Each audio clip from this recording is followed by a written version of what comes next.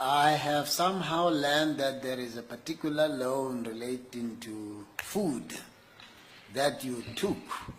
Yeah. And I raise these things because many people in South Africa are poor and they could be inspired not to lose hope no matter their circumstances if they were to hear your story, considering the position that you have been nominated for.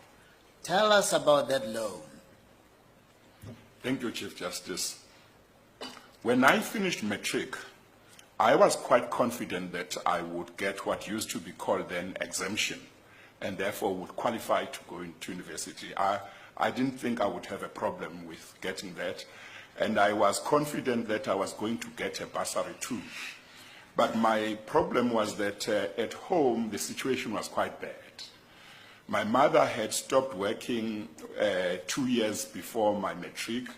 She had lost her job, and by the time I finished what would now be called grade 11, she said she had exhausted all her savings. And so somehow I felt that the society, the community would be thinking that after matric I would now be able to go and work and help my mother, whom the whole community could see was struggling. But I wanted to go and do law, and I was determined, but I felt that I couldn't go unless I made arrangements to make sure that my mother and my brothers and sisters behind would be able to have something to eat. And my mother was not working, she was knitting and selling jerseys, but that wasn't going well. So I decided one Saturday to go to Ixopo, to town, and I approached a certain Indian businessman who owned a certain wholesale shop. I told him my story, said I wanted to go to university and study, but this is the problem. Is there any way he could give me a loan which I would use to support my mother and my siblings, so that after I'd finished my degree, I could then pay him back?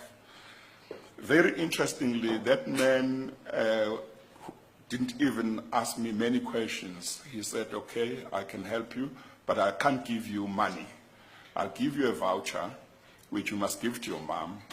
Once a month, she must come to my shop, and she will be given groceries up to the value, I think it was 20 rand, if I'm not mistaken, 20 rand or 40 rand, but that was a lot of money back then. Yeah, it was quite some money then. And he said, until you finish your degree, this is what we'll do, and then you can repay it after your degree. So I was very happy. He didn't ask me to sign anything. He just took my word. And my mom could not believe it when I came back from town and told her that I had been able to make arrangements so that they would be able to have groceries while I was studying. And that is what happened for 3 years. And when I'd finished my junior degree, I went back to this man. His name was Mr. Musa, and thanked him and asked him what arrangements we could make for me to pay back.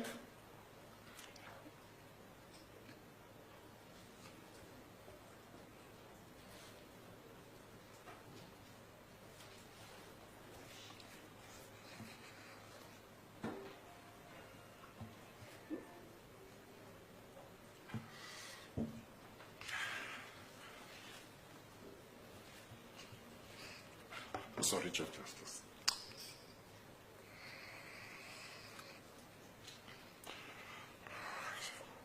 So he said, no, don't worry. Just do to others what I've done to you. And I thought that was very important. And in my own small way, I tried to do that.